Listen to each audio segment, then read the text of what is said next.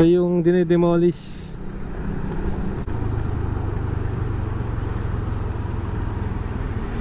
Oo nga, nawala na yung lubak.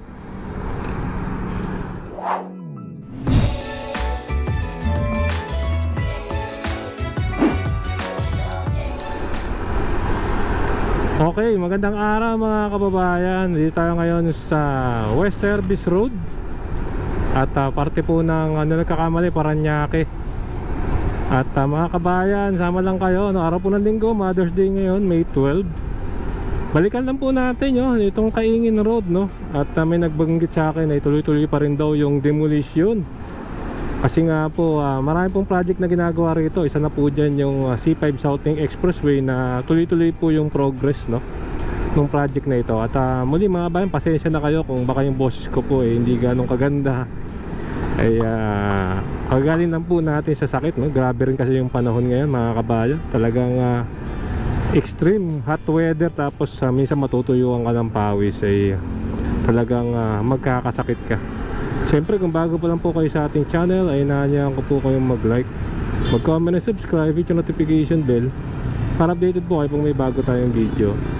So kakaliwa po tayo ngayon dito, C5 extension.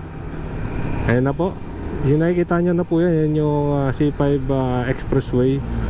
Tumawid po rito sa South Luzon Expressway, At yun nga, pag natapos ay Cavitex to C5, mas mabilis na. May alternatibo na sa EDSA. So kakaliwa tayo dyan mga kabayan.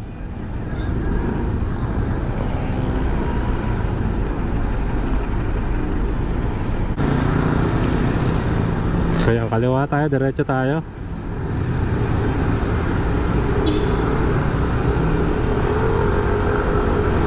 So ito nakikita nyo, parte pa rin po yan ng C5 Southlink Expressway.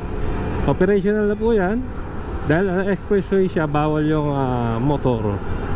So check natin, ito pong Kaingin Road, na ilang beses ko na rin po na vlog to.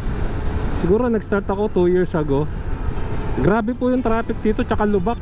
Ay, may nagbanggit nga rin pala sa akin na okay na raw yung medyo nag-improve daw yung daan dito. Ito madadaanan natin mga kabayan. Ma-check natin itong Kaingin Road. Ito nga ba yung nag-improve? At syempre check natin yung mga bahayan kung natuloy nga itong demolition. So kakaliwa tayo rin sa dulo.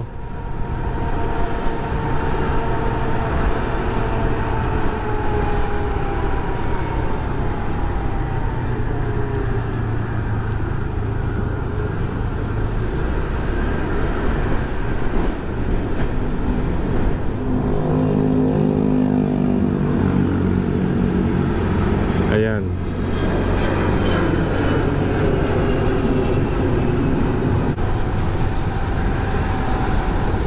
So dire-diretso lang tayo.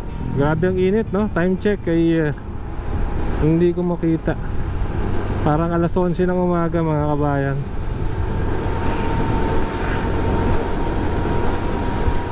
So mamaya ay check natin, i-describe ko sa inyo at baka pwede kapag lagay rin ako ng clips for comparison, dun sa dating itsura.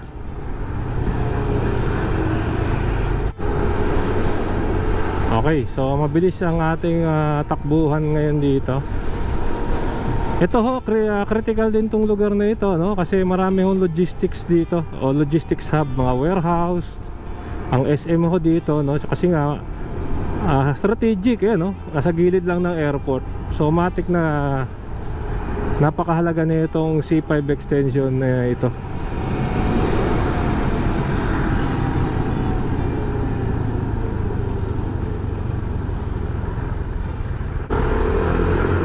So ito na, malapit na tayo. Ito yung parte na natatawa ako rito dati mga kabayan. Kasi ito yung parte na sa sobrang traffic dito, lalo na pag weekends kayo pumunta, may mga nagtitinda na ho ng makakain. Ang daming lubak dito pa lang, daily gauge na ang ilalim ng lubak mga kabayan. Kaya yung iba nasa gilid lang, yung kabisado to siguro yun nga, nasa gilid lang sila, hindi sila maalis. So ito yung parting yun ng sinasabi ko sa inyo. Tapos yun yung part na pakita ko rin sa inyo yung part na sinimulan ng bakuran at maggiba, no? Ayan, so ito, hindi traffic ngayon, pero ito yung sinasabi ko sa inyo. Sana okay na yung parting malubak, no?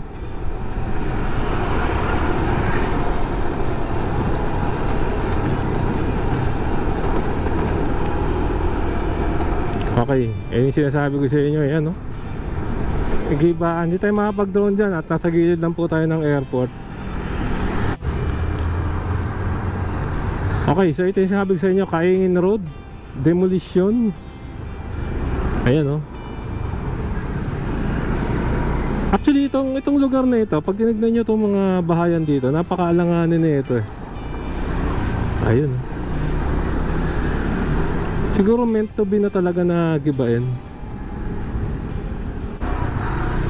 So ito yung mga bahayan pa rin dito.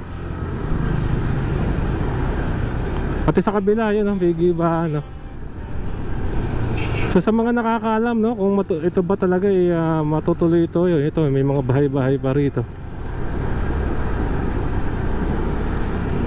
Mukhang nanganganib na sila. Ito na yung parteng super lubak.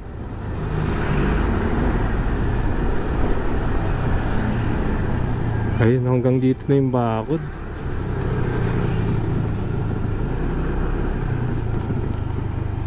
Nga na, gibang-giba na.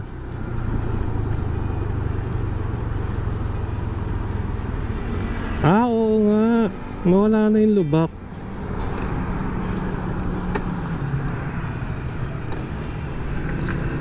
Oo nga, no?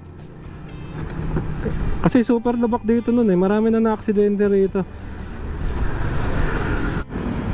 Ito yung parting ito. Ito yung Kaingin Road. Dati super lubak dito. Baka makakuha na lang ako ng clip. Ang daming na-aksidente dito.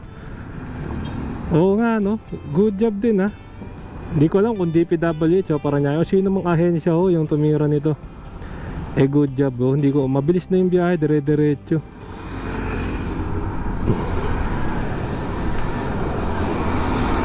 Lalakarin natin yung parte na ano.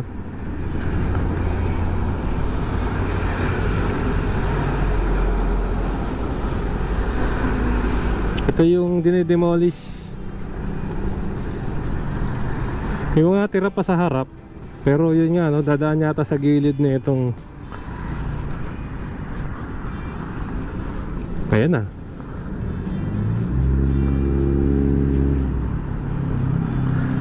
Dadaan sa gilid na itong airport na iya.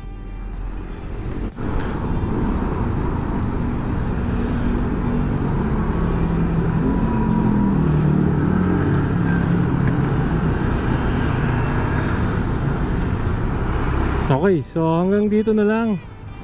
Yan na po ang latest. Ayun, oh, may tira pang mga patsi. Ganyan, oh, ganyan dati, oh. Parang moonwalk talaga. Totoong moonwalk, talagang mapapawalk ka sa lubak. Ayan, so yan na po ang ganap dito, mga kabayan. Ay, grabe, oh. Ayan, oh, ito po yung isang patsi na ano. Oh, parang ang sarap magdala ng Lamborghini rito, no, yung mababa lang.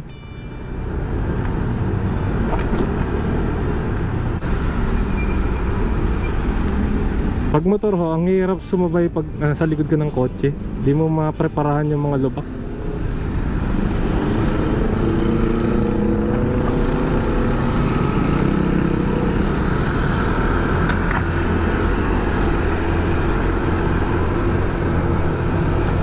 Okay, wow.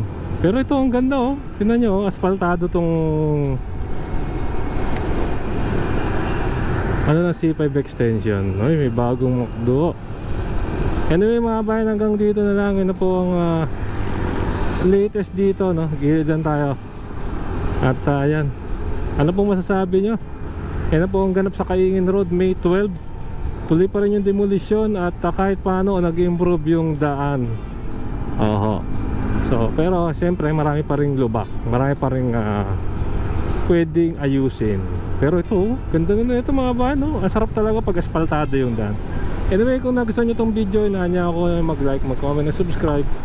hit yung notification bell para updated ka pag may bago tayong video. Maraming pong salamat. Keep safe at masahat. Sarap maglakbay. See you po sa next vlog update mga kasama.